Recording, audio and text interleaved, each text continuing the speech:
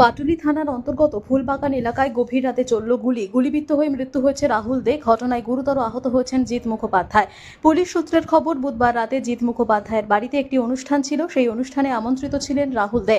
রাত বাড়ার সঙ্গে সঙ্গে বাড়ির ছাদে জমায়েত হয়েছিল কয়েকজন। রাত প্রায় 12:30 নাগাদ হঠাৎই পরপর 3 রাউন্ড গুলির শব্দ শুনতে পান প্রতিবেশীরা। গুলির শব্দে আতঙ্ক ছড়িয়ে পড়ে। ছাদে উপস্থিত অন্যরা সেখান থেকে পালিয়ে যান। তাদের মধ্যে কেউ রাহুলের বাড়িতে খবর দেন। খবর পেয়ে রাহুলের ভাই ও মা ঘটনাস্থলে পৌঁছে দেখেন রক্তাক্ত অবস্থায় পড়ে রয়েছেন রাহুল দে। কাছেই গুরুতর জখম অবস্থায় পড়েছিলেন জিৎ মুখোপাধ্যায়। দুজনকে উদ্ধার করে হাসপাতালে নিয়ে যাওয়া হয়। সেখানেই চিকিৎসকরা রাহুল দেকে মৃত ঘোষণা করেন। আহত জিৎ মুখোপাধ্যায়ের চিকিৎসা চলছে।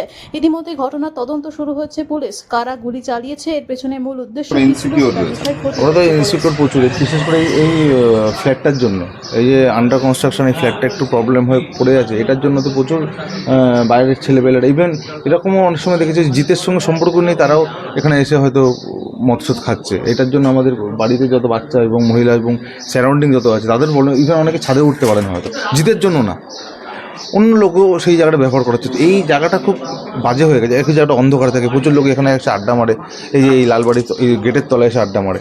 হ্যাঁ, অনেকবার আমরা বলেছি সিগারেট খাচ্ছে আননোন পার্সন।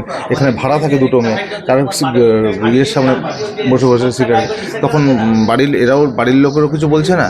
হ্যাঁ, এবং তারাও যাচ্ছে, মানে এই বিশেষ করে এই জায়গাটা খুব একটা মানে ক্রিমিনাল অ্যাক্টিভিটি টাইপ। ক্রিমিনাল না, মানে ওই কেউ মদ খাচ্ছে, কেউ কোনো রকম কোনো ক্রিমিনাল অ্যাক্টিভিটি দেখেছিলেন?